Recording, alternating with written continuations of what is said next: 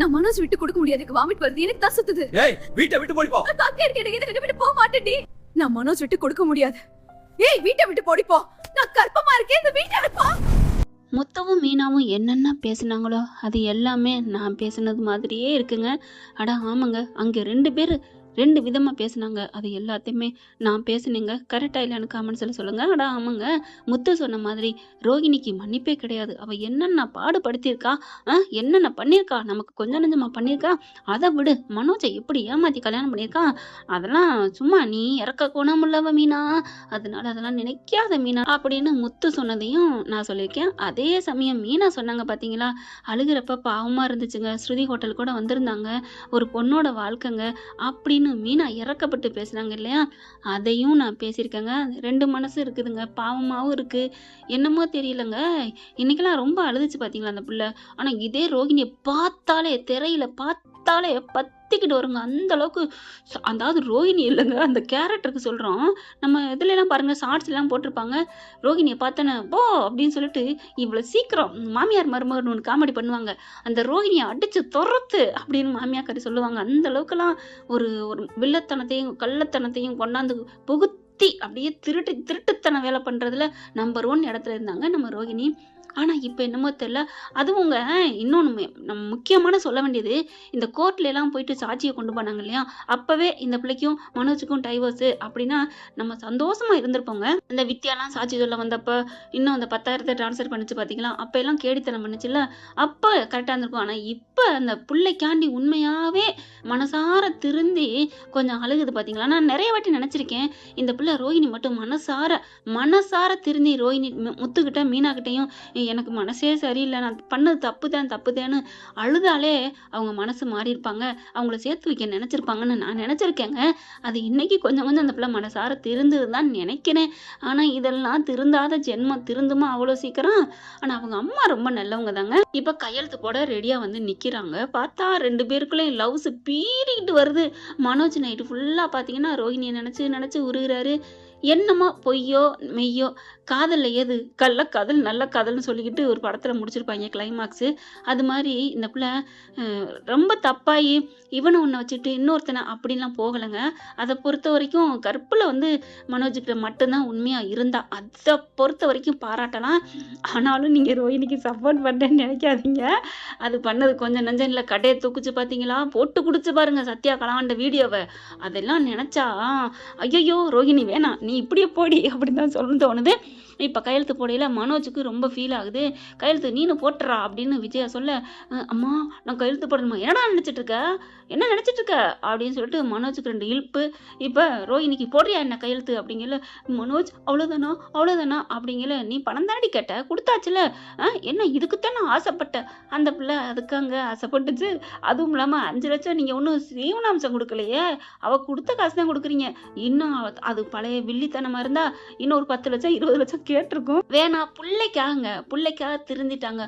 உண்மையிலே மனசு திருந்தி அந்த பிள்ளை வருந்தி மன்னிப்பு கேட்டுச்சுன்னா, மன்னிப்பு கேட்குறவங்க மனுஷனா, நம்ம ஆஹா மனுஷன் தெய்வம் அப்படிங்கிற அளவுக்கு நம்ம வரலாம். ஆனா இது உண்மையில மனசுக்கு மாறாதுங்க. இன்னும் அதோட உள்ள அர்த்தம் இன்னும் காமிக்கல டைரக்டர், அப்படியே ஒளிவு மறைவா வச்சிருக்காரு. இப்போ கையெழுத்து போட போகுதுங்க. போடு அப்படின்னு விஜயா சொல்ல, மீனா இருந்துட்டு, அத்தை கொஞ்சம் பாவம், ஏதாவது ஏய் என்னடி அவளே சரின்னு வந்துட்டா நீ என்ன பாவம் இவன்கிட்ட இருக்க, உன்னை இந்த வீட்டில் வச்சிருக்கதே பெருசு, இதுல அவளுக்கு நீ சப்பக்கட்டு கட்டுறியோ. முத்து பாக்குறாங்க, என்னம்மா இப்போ என் பொன்னாடி சொன்னதுல என்ன தப்பு இருக்கு, இந்த வீட்டுக்கு வாழ்ந்துட்டா, மனோஜுக்கும் அவனை பிடிக்குது, நீங்க சொன்னீங்கிறக்காண்டி தான் மனோஜ் இப்போ வேணான்னு சொல்றான். ஏய் என்னடா சொல்ற அப்படிங்கல. ஆமா நீங்க வேணா மனோஜிட்ட கேளுங்க. மனோஜ் நிஜமாவாடா? அது வந்துமா, டேய் உண்மையை சொல்றா, அப்ப எனக்காத்தா நீ அவளை வேணாங்கிறியா? அப்படி ஆமா இல்லை அப்படின்னு 2 பக்கத்து மண்டையை ஆட்ட பொழிச்சுன்னு ஒரு அறை கொடுக்குது மனோஜுக்கு. அப்படியே எல்லாம் விட்டது அந்த முறிஞ்சதெல்லாம் சரியாயி நேராயிருது. அந்த பயம் இருக்கணும், என்னடா என்ன அப்படிங்கல. இல்லைம்மா நீங்கள் சொன்னால் சரிம்மா அப்படின்னு மாறிடுறான். போதுமா என்ன ஏய் பூக்காரி என்ன நினச்சிட்டு இருக்க? என் பிள்ளைக்கு யாரை கட்டி வைக்கணும், யாரை சேர்த்து வைக்கணும், யாரை வெட்டி வைக்கணும், யாரை ஒட்டி வைக்கணும்னு எனக்கு தெரியும்டி அப்படின்னு மீனாவை பார்க்குறாரு முத்து. மீனா உன் இறக்க குணத்தெல்லாம் காட்டாத, நம்ம என்ன பண்ண முடியும் மீனா அப்படிங்கிறாங்க. இல்லைங்க பாவமாக இருக்குங்க ரோஹிணி பார்க்கல. இங்கே பாருங்க நான் உங்ககிட்ட எதுவும் கேட்டதில்லை, கொஞ்சம் யோசனை பண்ணி பாருங்க. உங்களுக்கான வாழ்க்கை துணை இவங்க கூட இருந்தால் நல்லாயிருக்கும் அப்படின்னு நீங்கள் நினச்சிங்கன்னா யாரை நினைக்கிறீங்களோ அதை பாருங்க. ரோஹிணி கூட இருந்தால் நீங்கள் நல்லா இருப்பீங்களா நினச்சி பாருங்களேன், அவங்களும் ஒரு பொண்ணு தானே அப்படின்னு மீனா சொல்ல நினச்சி பார்க்குறாரு. ஆனால் இவங்களோட வந்தால் ரெண்டு ஃப்ரிட்ஜ் வந்திருக்கு, 2 ஏசி வந்திருக்கு, இதை தான் நம்ம சொல்லிக்கிட்டு வாழணும். ஆனால் அவ கூட வாழ்ந்தா அப்படியே நினச்சி பார்க்குறேன். அப்படியே ராஜ வாழ்க்கைங்க. அப்படியே இங்கிட்ட ஒரு காலுக்கு ஒரு ஏசி, கைக்கு ஒரு ஏசி, பெட்டாக்ஸுக்கு ஒரு ஏசி, அப்படின்னு வந்துருச்சு. அதுக்கப்புறம் சுதாரிச்சாச்சு. பெட்டாக்ஸுக்கு எல்லாத்துக்கும் வச்சுட்டு அப்படியே ஜாலியாக இருக்கிறாராம். அங்கிட்டு பனிப்பெண்கள் அப்படி இப்படின்னு ராஜபோக வாழ்க்கை. அக்கா நமக்கு அப்போ கனகா தாங்க முக்கியம், கனகா தான் முக்கியம், கல்யாணிலாம் வேணாம் அப்படின்ட்டு. இல்லைம்மா நீங்கள் சொல்கிறதாம்மா சரி. அது என் புள்ள கேட்டியாடி கேட்டியா என் புள்ள என்ன சொன்னா அப்படிங்கிறபடி பார்க்குறாங்க.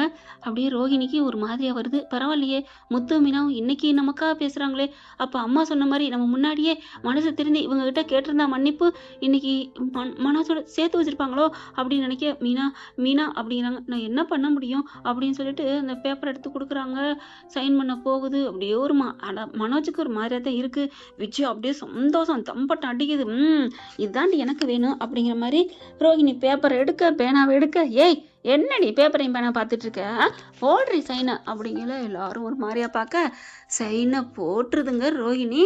சைனை போட்டோன்னு அந்த பேப்பரை பட்டார்னு பறிக்கிறாங்க. அப்படி ஒரு சந்தோஷம் விஜயாவுக்கு. ஐயோ அப்படின்னு சொல்லிட்டு அப்பா இதுக்காக எவ்வளோ இது. அந்த வக்கீலம்மா என்ன பண்ணுறாங்க, போதுங்க இப்போ மனோஜ் இதுவும் கையெழுத்து போட்டாச்சு, இதை கொண்டு நம்ம கோர்ட்டில் போய் சப்மிட் பண்ணிட்டா முடிச்சு போச்சு அப்படிங்கிறாங்க. ஏங்க இனிமே இவ மாட்டின்ட்டு கோர்ட்டில் வந்து சொல்லுவாளா? அதெல்லாம் ஒன்றும் முடியாது, இதான் கையெழுத்து போட்டாங்களே அப்படிங்கிறாங்க. ஆனால் ரோஹிணி ஏதாவது சொன்னால் மாறலாம், நீங்கள் அடிச்சு பிடிச்சி கையெழுத்து வாங்கினீங்க அப்படின்னு சொல்லலாம். நாங்கள் இங்கே அடிச்சு பிடிச்சி வாங்கினோம், நாங்கள் அதெல்லாம் விவரமாக கேமரா எடுத்துட்டோம்ல. பேசிக்கிட்டு இருக்கல ரோஹிணி என்ன பண்ணுறாங்க, 5 லட்சத்தை காசை வாங்குறாங்க. மனோஜ் அவ்வளோதானே மனோஜ் அப்படிங்கிறாங்க. என்ன பண்ணுறது ரோஹிணி, நம்ம நேரம், நீ எங்கே இருந்தாலும் நான் உன் நினப்பு வரும் எனக்கு அப்படிங்கல. அப்படி பார்க்குறாங்க ரோஹிணி. இனிமே அவள் வயசுக்கு வந்தா என்ன வராட்டி என்ன அப்படிங்கிற மாதிரி, இனிமே என்னை வந்து ஏன்டா நீ பார்க்குற, ஓ அம்மா கிட்ட தைரியமாக சொல்ல முடியல, நீ எல்லாம் ஒரு மனுஷனா அப்படிங்கிற மாதிரி பார்க்குறாங்களா. ரோஹிணி என்னை மன்னிச்சுக்க ரோஹிணி, இனிமே உனக்கு எனக்கு உள்ள பந்தம் அவ்வளோதான் அப்படின்னு சொல்ல. அவ்வளோதான் கடவுள் போட்ட முடிச்சு மனோஜ், அதை யாராலையும் மாற்ற முடியாதுன்னு சொல்லிட்டு அப்படின்னு வாந்தி எடுக்க அப்படியே மனோஜ் மேலே கொட்டிடுது. என்னாச்சு அப்படின்னு சொல்லிட்டு வேகமாக எல்லோரும் பார்க்குறாங்க. மீனா முத்தெல்லாம் ஐயோ அப்படின்னு வாந்தி எடுக்க மயங்குறாங்க. மீனா தாங்க தாங்கி பிடிக்கிறாங்க. அப்படியே மனோஜ் மேலே பூரா வாமிட்டு. விஜயாவுக்கு செம்ம கோருது. ஏய் ஏடி பண்ணி வச்சிருக்க, டே மனோஜ் சட்டையை கழட்டுறா, ஐயோ அப்படின்னு கழட்டி குப்பையில் கொண்டே போட. இங்கே ரோஹிணி கண்ணை மூடிட்டு கிடக்கு. கையை பிடிச்சி பார்க்குறாங்க ஸ்ருதி மீனாவும். எனக்கு ஒன்றும் தெரியலையே, இப்போ என்ன பண்ணுறது, ஒன்றும் புரியலையே, இப்போ யாரை பார்க்குறது, நம்ம போய் கீழே விட்டு மாமியை கூட்டுறவா, ஆமாம் கூட்டுவா அப்படிங்கல. ஸ்ருதி ஓடி போய் கூட்டு வராங்க. அவங்க வராங்க. என்ன விஜயாக்கா என்ன வீட்டில் வாரிசு வரப்போகுதா என்ன? வாமா வா, நாடகம் ஆரம்பிச்சு 4 வருஷம் ஆச்சு, நீ இப்போ தான் நாட்டம்மா பண்ண வந்திருக்கியோ அப்படிங்கிற மாதிரி. இவ கையை பிடிச்சி பாரு அப்படிங்கிற. கையை பிடிச்சி பார்க்குறாங்க. அப்படியே ரோஹிணி மயங்கிய நிலையில் இருக்குது. என்ன உங்கள் வீட்டுக்கு வாரிசு வந்துருச்சு, இந்த பிள்ளை கர்ப்பமாக இருக்கு. எல்லாருக்கும் வாயில் கை வைக்கிறாங்க. என்னது கர்ப்பமா தூக்கி வாரி போடுதுங்க. இப்போ என்ன பண்ணுறதுன்னு தெரியல ரோஹிணி அப்படின்னு சிரிக்குது. அதாவது ஒரு நம்மட்டு சிரிப்புன்னு சொல்லுவாங்க இல்லையா, கோபமும் இல்லை அழுகையும் இல்லை, ஏதோ ஒரு வெற்றிட மாதிரி சிரிப்பு. அப்படி சிரிக்க மீனா பார்க்குது. ஏன் ரோஹிணி சிரிக்கிறீங்க, விதியை பார்த்தீங்களா மீனா, இந்த வீட்டுக்கும் எனக்கும் எந்த சம்மந்தம் இல்லை, சம்மந்தம் வேணும்னு சொல்லலாம் என்னை விரட்டி விட்டாங்க, இப்போ சம்மந்தம் இல்லை அப்படின்னு நினச்சி விலக போயில சம்மந்தத்தை ஆண்டவன் கொடுக்குறான் பார்த்தீங்களா. ஏ நிறுத்துடி, என்ன சம்பந்தம் கிம்மந்தன்னுட்டு, உனக்கு எங்களுக்கு எந்த சம்மந்தமும் இல்லை, அது சொன்னதுதான் கிளம்புடி. அத்தை எப்படி அத்தை பேசுகிறீங்க அப்படின்னு சொல்ல. என்னடி புதுசா என்ன அப்படிங்கல. இங்கே பாருங்க என் வயிற்றுல உங்கள் வாரிசு வளருது, இனிமேல் சம்மந்தம் இல்லைன்னு எப்படி சொல்ல முடியும் அப்படின்னு சொன்னோன்னே. என்ன சைனை போட்ட பணத்தை வாங்கிட்டா தெரியுமா ஆண்டி, பணத்தை வச்சுக்கோங்க, நான் கையில் தானே போட்டிருக்கேன், விட்டுருங்க, அதை கொடுங்க அந்த பேப்பரை அப்படின்னு மறைக்கிறாங்க. பின்னாடி எடுத்துக்கிறாங்க.